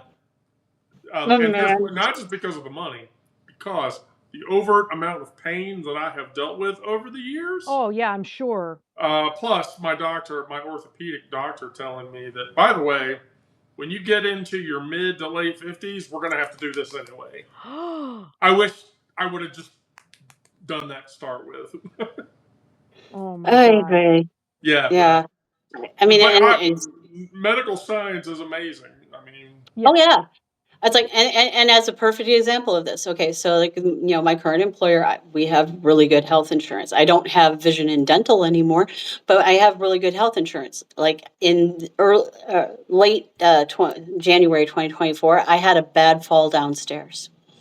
I wound up herniating the disc between L5 and S1, and it was herniating inward and pushing into the spinal nerve, caused issues down the left side, atrophy of the muscles and things, because every time it would push in there, I move, it's like my leg would give out.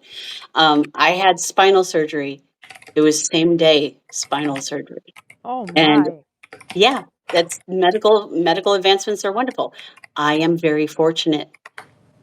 I know so many friends who are performers full time that there's no way they would have been able to get that surgery like I did. And it's because I had to weigh what's important. It's like I've got severe allergies. I got just enough wrong with me that you can't tell by looking at me Yeah, you need medical that coverage. I need medical coverage. I mean, but I can't tell you how many times when I sing or I'm doing something, people are like, "Why aren't you doing this full time?" I'm like, "Because we live in America."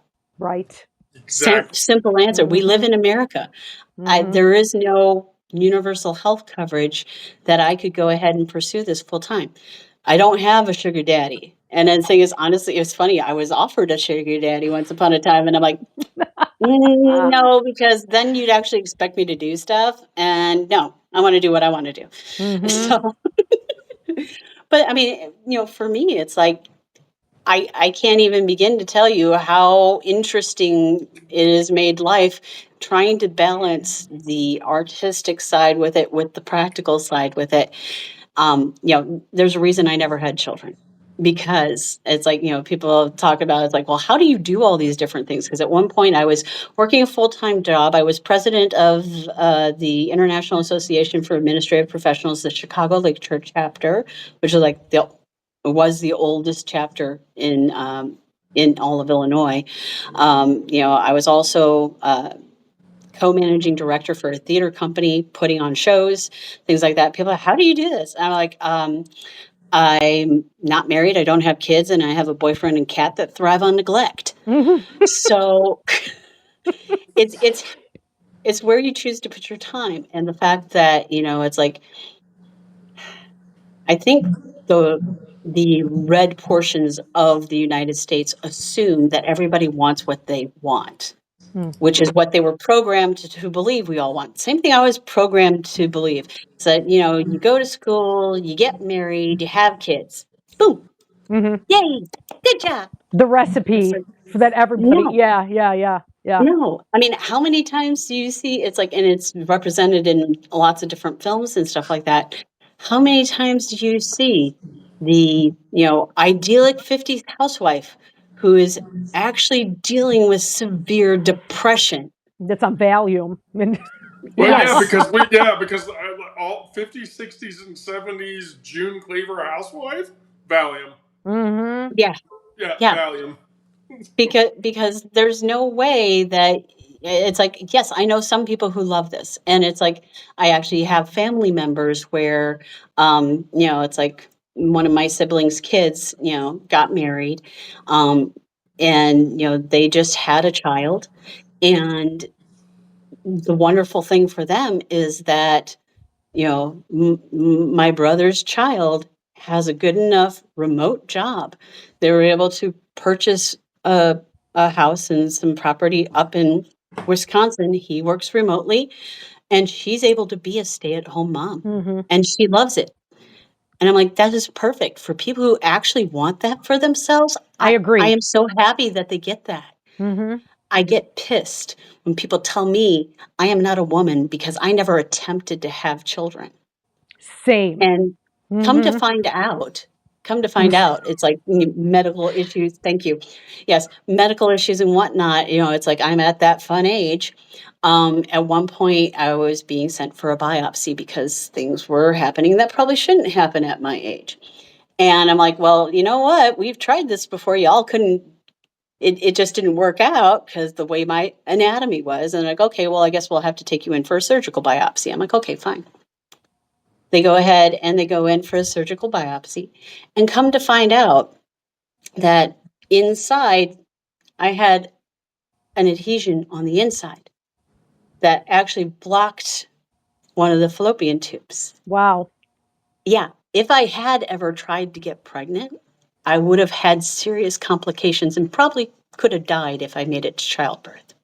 That is so weird because I had the similar experience, which to make a But of course, I don't find this out until like I've made it past all of the child Yeah. rearing years, and they're like, "Oh, wait, this is wrong." And then it's like, and then they take care of everything. It's like, okay, normal, healthy looking, and I'm like going, okay, well, maybe, yeah. So like, and then the thing, it's like the practitioner that I was seeing, she's like, "Oh, I know you might not want to do this." You know, it's like they recommend placing an IUD, and I'm like, "Yes, please," because apparently now everything's fine and normal in there. The last thing I want to but do now is have you're a like, pregnancy baby at 55.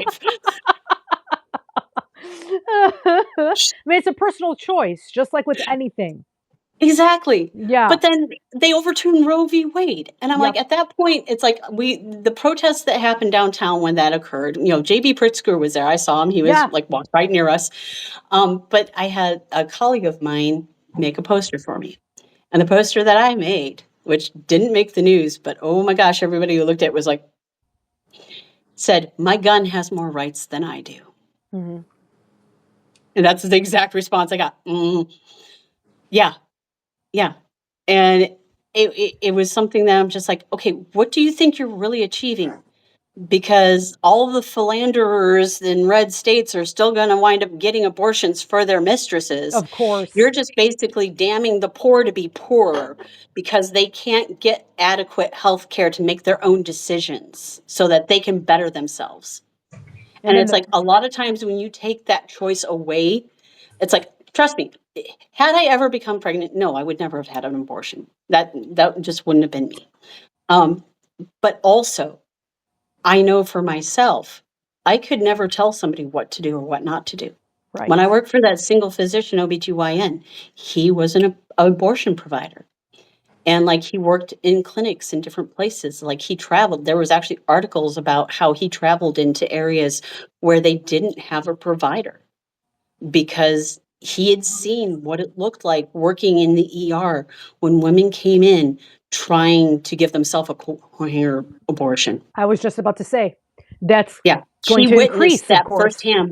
Watch women die because they could not get the care that they needed, and they were in a situation where they did not want to have a child. And forcing that on people is just, you know, it's like, I get it. You don't want to see this happen, but quite honestly, I'm sorry if if a zygote doesn't implant, Mhm. Mhm. it's not the same. Okay, it is not even close to the same. Right. You want to prevent abortion? Help women choose if or when they want to be pregnant. You know, it's all those different things. And these all play in, and this was in Chicago. You know, it's like you want to talk about the people who are desperate and stuff like that. I can tell you honestly, it's like one of the girls who came in, she had a boyfriend who looked a little sus to me. And honest to God, I don't really care. But he was the one who came up with the money to pay for it. And it's like, do you ever think that maybe the reason why people turn to crime is because they feel stuck and they can't Yep. do it? And God knows they can't afford to bring a child into that situation either. Exactly. You know, I mean, as it is right now, the fact that, you know, we live in Illinois, at least, I am very grateful for that Right. because we still have our reproductive freedoms here. Right. You know, one of my siblings' kids actually recently had come out as gender fluid. They're still questioning, but they had gone through an experience of miscarriage, which actually had been something my mother went through, miscarriage, a couple of times. And unfortunate for them, they live in a state where they were looking at criminalizing miscarriage. Oh my Right. God. I live in a state where they have criminalized miscarriage. And because of that, it was hard enough because those were wanted pregnancies. They were you know, they and their husband, they wanted those pregnancies. Right. And what it wound up doing actually was, you know, they had called me asking for advice about, you know, well, what do I do about it? Because they were considering sterilization. And I'm like, I cannot advise you on that. That is something you have to decide for yourself. All I can do is encourage you to take a look very deeply at all the pros and cons, how it is you might approach that, things like that. And it's like they made their choice. And they made a choice that I don't think my sister would have been happy with. But the fact being is that they did not want to risk having something go wrong, because we have seen it in other places. Like, I remember there was a famous case in Ireland, a woman who, you know, had a miscarriage, but it didn't all clear. But they wouldn't allow the procedure that would have finished clearing the Wow. miscarriage, and she died of sepsis. Mm-hmm. Mm-hmm. And yeah, the fact that you have people who you're expecting to, oh yeah, no, you young people, they need to be having kids and stuff like that. Well, considering if they have a miscarriage, you're ready to accuse them of murder. Mm-hmm. That's not a really good motivator for them to try. And these are unforeseen complications. Yeah, exactly.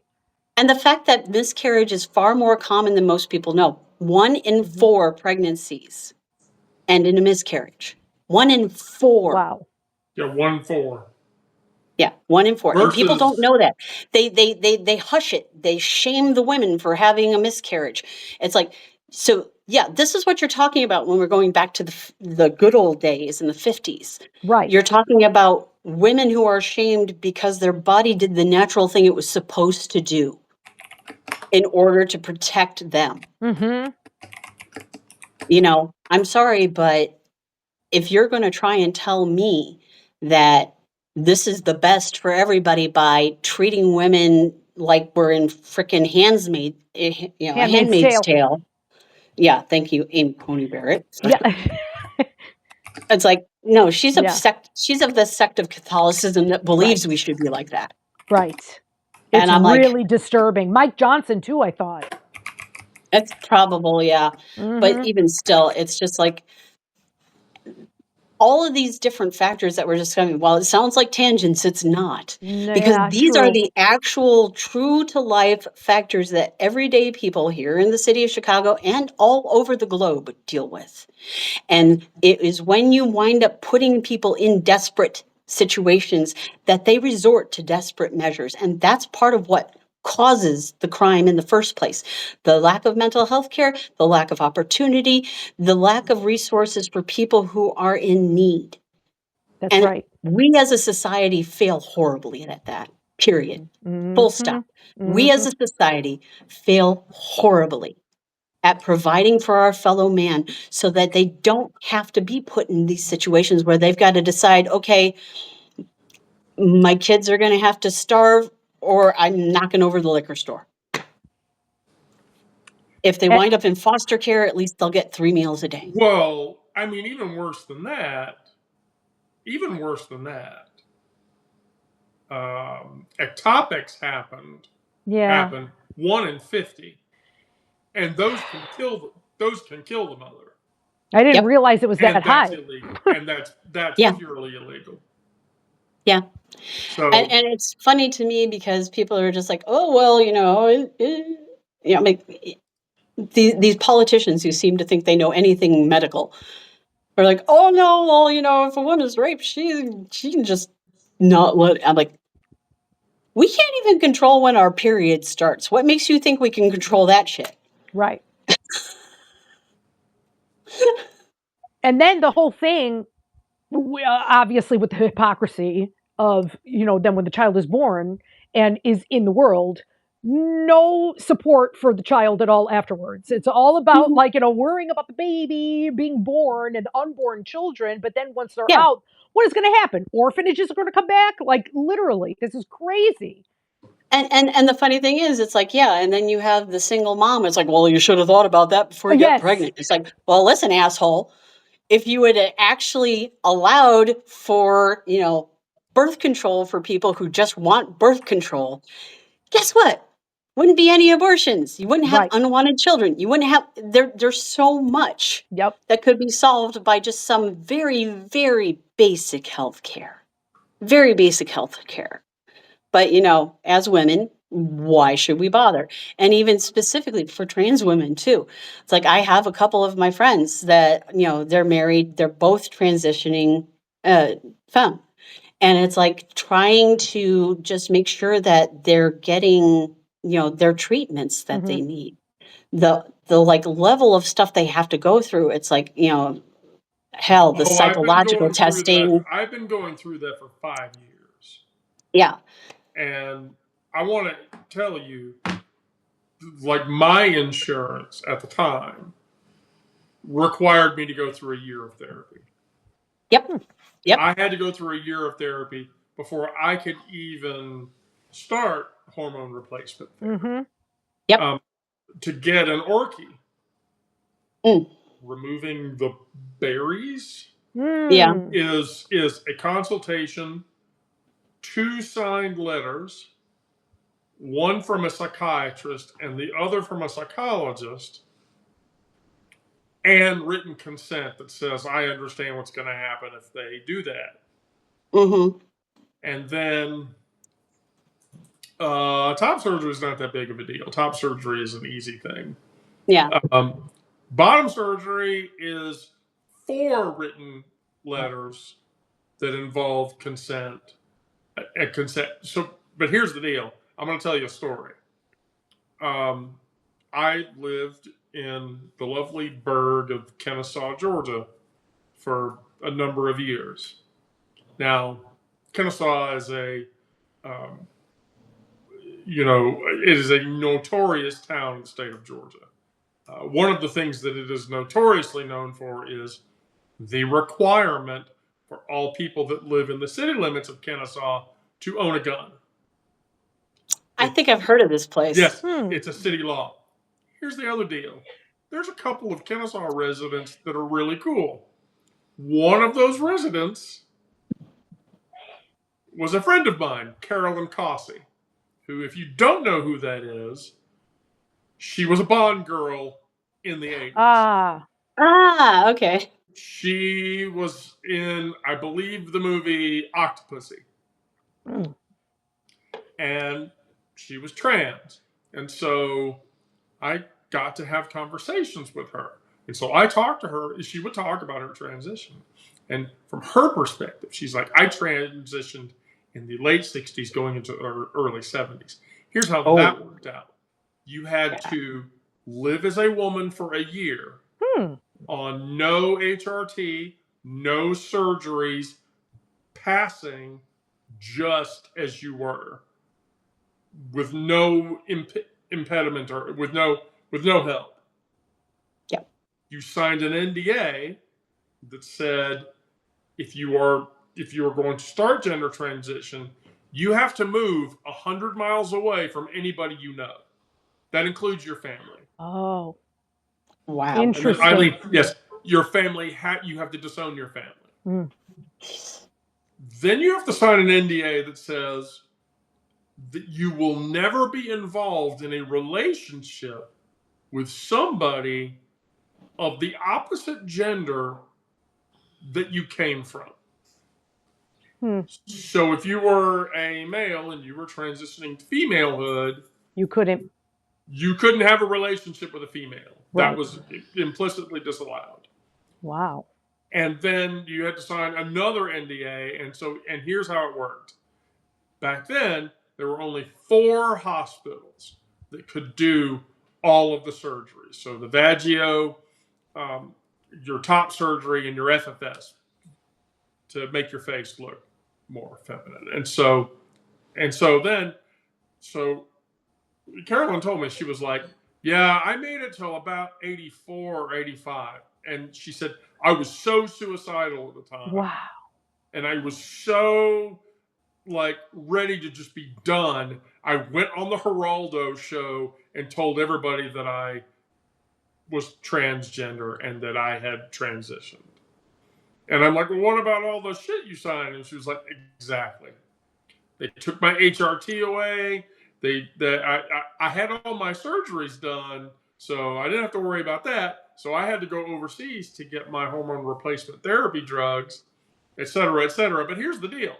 Before that, she had done a full nude Playboy centerfold spread, and nobody could tell. Wow. And nobody could tell. And so when that whole bubble burst or whatever, like Hugh Hefner banned her from ever coming Oh to, my because God. once you do the centerfold, you can go to the mansion whenever you Sure. want. She was banned from the mansion. Like all of these, so literally she was the start of the trans panic defense. Wow. And so yeah, because there were guys that she had been with who wanted to kill her Oh my God. because So interesting you bring that up. The Jenny Jones show. There was a play that was written. I remember the Jenny Jones show fiasco. There was a play that was written that actually the theater company I was involved with, Ludicrous Theater, it had been focused on LGBTQ with specific attention paid to sexuality, spirituality, and a religious bias. Right. And we did a show by Ronnie Larson called Sleeping with Straight Men. And it was all about the Jenny Jones. I played the character of Jenny Jones in that show. Oh. So that was the deal where the gay guy told. Yes. Yes, Yeah, the gay guy exactly. told his like straight coworker he had a crush on him, and the straight coworker went out and killed him. Yeah, the thing is, this play actually did the speculation of what actually happened is that, the two of them had gotten together, the gay man had provided services, and then the gay panic sunk in for the straight man. And that's why it was called Sleeping with Straight Men. Oh my God. Yeah. That was crazy. Yeah. It was very interesting because, like in the play itself, too, the way that the talk show host character was written was that like it was her. There was the stage manager, the makeup guy. Makeup guy, obviously a very flamboyant. And the stage manager, all nuts and bolts and stuff like that. And it's like they go through and they do the show and blah, da, da, da. And it's like you see, like, okay, this is the after. And, the host character that I was playing was very tired. And it was just like, stage manager comes up and it's like, hey, hun, actually in a lesbian relationship with the stage manager. And it's like that was part of the fictionalized portion of it. I mean, it was, loosely based on the actual events. But yeah, so it was. I see. Yeah, it was a very interesting take because it's like that was my first lesbian stage kiss in that show. First. So, yeah. I hate to break this up, but I want to say, we've gone like over. Normally, I go an hour. Right. But this chat was just too good to. I loved it. I hope we could do this again. I am so happy to meet you, Suzanne. And you're local. Nice to meet you, Wendy. Oh, I love it. We'll definitely have to connect up because I'm sure we can meet IRL. So. Oh yes, absolutely. I'm gonna follow you on. You should know that, by the way. Like there are readers on the publication. We have like my friend Brandon and my friend Elaine and my friend Lisa and my friend Astrid. They all live like proximity to Kansas City. Okay. They all hang out. So that's cool. Like, I am totally encouraging publication members to hang out with each other. So if anybody wants to find me, I will be at the Full Moon Jam for the Full Moon Jam Foundation in Chicago. We will be in Palmastino Park on South Halstead tomorrow night because we always do it as close to the full moon as possible. And it's an open event to the public. Just come out, bring a blanket or whatever, hang out. We have a drum circle. We have a whole bunch of different people who are fire flow artists, much like myself. That's so cool. I'll be wearing my Full Moon Jam t-shirt, which says the event guardian on the back. And my role tomorrow night is actually the Jambassador. So the Jambassador's role is to answer questions for anybody who might have them, as well as making sure that all the participants are being safe. Like I check the fire content of their clothing and things like that, just to make sure that we don't have anybody who's going to, God forbid something happens, they're not going to wind up seriously injured or anything Mhm. like that. But like what's happening right now that I wound up missing because I was like, oh yeah, I have this interview. We're actually right now is the last of the free fire safety trainings that the Full Moon Jam offers. So we always have like the reserve jam is what we call it, and starting next year, coming into like May or June, we'll be offering those again. But yeah, also we do have other performances in October, but it's the State Street Arts in the Dark Parade and the Ooh. Halsted Street Haunted Halloween Parade. Oh, that So sounds awesome. Is it all on yeah, your site? I got to check it out. And I have to see tomorrow I work, but if I get out early enough, maybe I'll be able to make it. the jam goes until 10 o'clock. And if you get Okay. there like after 9:30, I actually also breathe fire using Oh, that's cornstarch. Most cool. of the fire breathers use like Uplo or Ultra Pure lamp oil, and it's like, but it is something I learned this year. So not only do I spin fire, I also breathe fire. I am a dragon. Wow. So if you wind up even getting there late, like 9:30 on, the last of the spinners are there, and then all the fire breathers come out. Wow. So I'll How definitely be cool. breathing fire tomorrow too. Great. Well, ladies, Thank thank you you so both. much, Wendy. Thank you, Thanks, Suzanne. Wendy. No, of course. And like I told everybody earlier in the call, earlier in the broadcast, I'll have threads and shit up tomorrow. Yeah. So if things start going south tomorrow, just remember to like report those in comments or whatever, so that we can keep information flowing. I'll do what I can, but it's like I get in early in the morning and then I'm in a building with like there's nothing, There's it's nothing like around unless it, right? Right. I mean, well, it's like, and I'm also like right near a hospital. So it's like I'm near Northwestern downtown. So hearing sirens all the time doesn't mean anything to me because there's always Yeah, I know. ambulances. It's like And constant. it's near Lurie's Children's Hospital too. So it's like I don't always necessarily pay attention to sirens, but it's like I can go like across the hall to my boss's office and look out his big window Mhm. and see down into the street a little bit at least. So unless they're doing something on Michigan Avenue, I won't know. Yeah. Well, just like I said, Anything we find out. Yes. Yeah. Right. Mm-hmm. Good. Word of Yeah. mouth. Yeah, All right. absolutely. All right. Thank you. Thank you guys again. I hope you have a good Thanks. evening. You guys too. All right. Take Talk care. to you Thanks, everybody. soon. Bye.